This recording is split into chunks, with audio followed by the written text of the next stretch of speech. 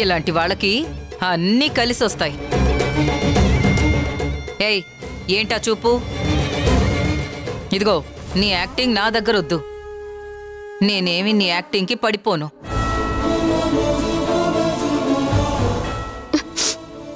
మీరు నన్ను ఎన్ని మాటలన్నా భరిస్తానత్తయ్య.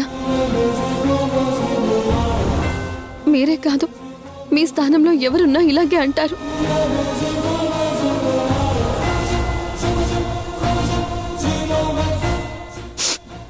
మీరన్న మాటలకి నాకేమి ఇప్పుడు కోపం రావడం లేదత్తయ్య, బాధ మాత్రం వస్తోంది.